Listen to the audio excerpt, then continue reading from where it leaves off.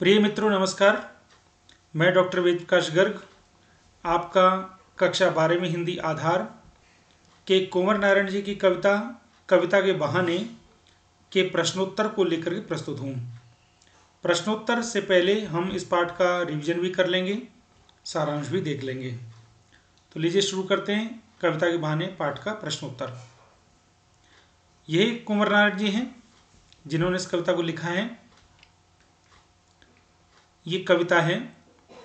इस कविता में 3 छंद हैं। इसको गाने का ढंग भी देख लीजिए। कविता एक उड़ान है चिड़िया के बहाने। कविता एक उड़ान है चिड़िया के बहाने। कविता की उड़ान भला चिड़िया क्या जाने।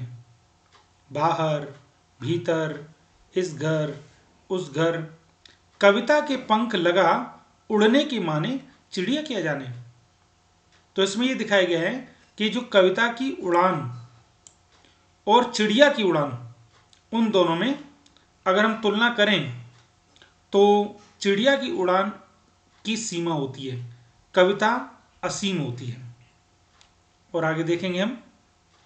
दूसरा है, कविता एक खिलना है फूलों के बहाने। कविता का खिलना भला फूल क्या जाने। बाहर भीतर इस घर उस घर, बिना मुरझाए महकने के माने फूल क्या जाने। अब इसमें ही बता रहे हैं कि फूल भी खिलते हैं, कविता भी खिलती है, लेकिन जब इन दोनों की तुलना करेंगे तो फूलों का खिलना एक सीमित समय के लिए होता है। फूल 2, 4, 6, 8, 10 दिन ही खिल सकते हैं, लेकिन कविता की जो खिलना है, कविता की जो व्यापकता है, वो कालातीत होती है। इसलिए कविता फूलों की खिलने से भी बड़ी है। तीसरे काव्यांश में है, कविता एक खेल है बच्चों के बहाने। बाहर भीतर यह घर वह घर, सब घर एक कर देने के माने बच्चा ही जाने। अब पहले 2 पद्यांश में क्या किया, कविता की और चिड़िया की, कविता की और फूल की तुलना की और उन दोनों से बेहतर कविता को दिखाया। लेकिन इस तीसरे में क्या करें, कविता को खेल माने बच्चों के खेल को देखें तो दोनों की तुलना बराबर है। क्यों? क्योंकि बच्चे देखते नहीं कि इस घर में या उस घर में जाएं या नहीं जाएं। वो बच्चे तो बच्चे होते हैं, पड़ोसी के घर में भी जाते हैं, भले मम्मी पापा बोले या ना बोले। ऐसी कविता भी सब जगह जाती है। तो ये प्रश्नोत्तर से पहले हम हल्का सा इसका हमने रिवीजन किया है। अब इसका सार भी एक बार देख लीजिए।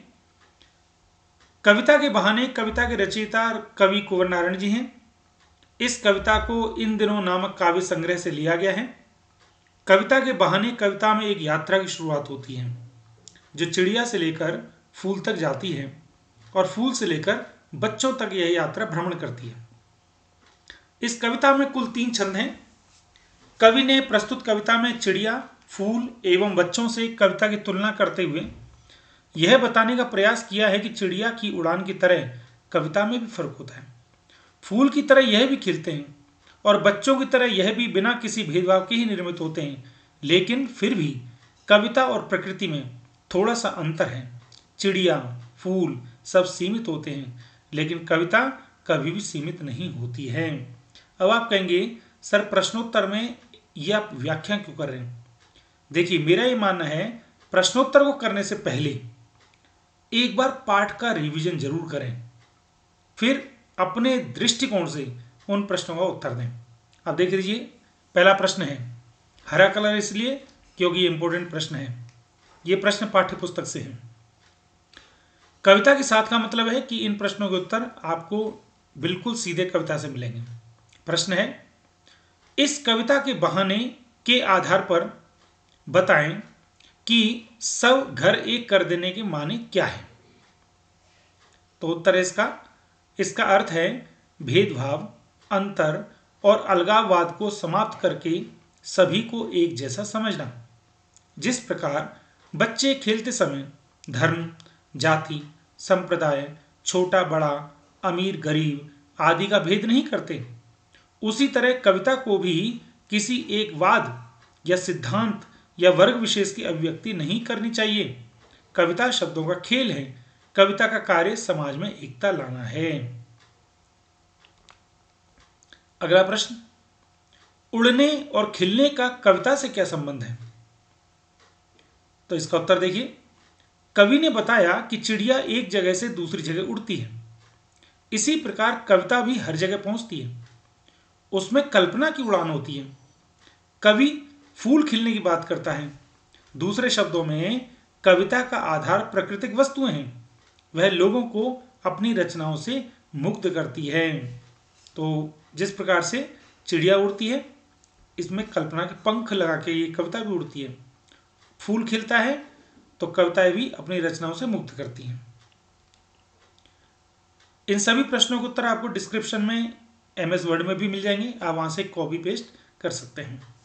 प्रश्न 3 देखिए, कविता और बच्चे को समानांतर रखने के क्या कारण हो सकते हैं?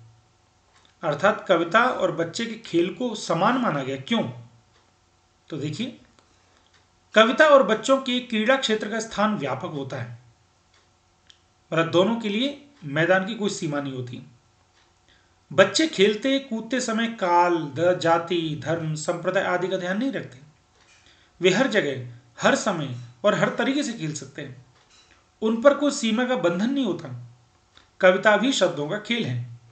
शब्दों के इस खेल में जड़, चेतन, अतीत, वर्तमान और भविष्य आदि का साधन मात्र है।